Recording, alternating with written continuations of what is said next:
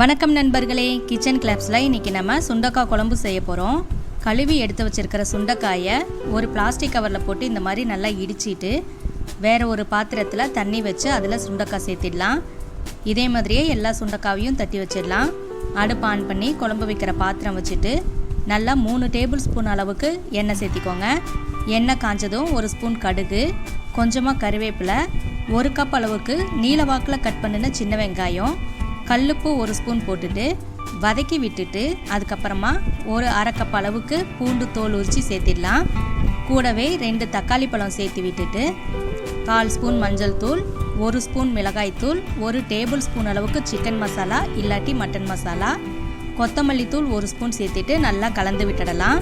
தக்காளி எல்லாம் நல்லா சுருள வதங்கி வந்ததுக்கப்புறமா இது கூட நம்ம தட்டி எடுத்து வச்சுருக்கிற சுண்டைக்காயை தண்ணி இல்லாமல் பிழிஞ்சி சேர்த்திடலாம். இதை நல்லா வதக்கி விட்டுடலாம். அது ஒரு பக்கம் வதங்கிட்டு இருக்கட்டும். அரை கப்பு தேங்காய் துருவல் கூட கொஞ்சமாக பொட்டுக்கடலை, 1 ஸ்பூன் சோம்பு, 1 பச்சை மிளகாய் போட்டு அரைச்சி எடுத்துக்கலாம்.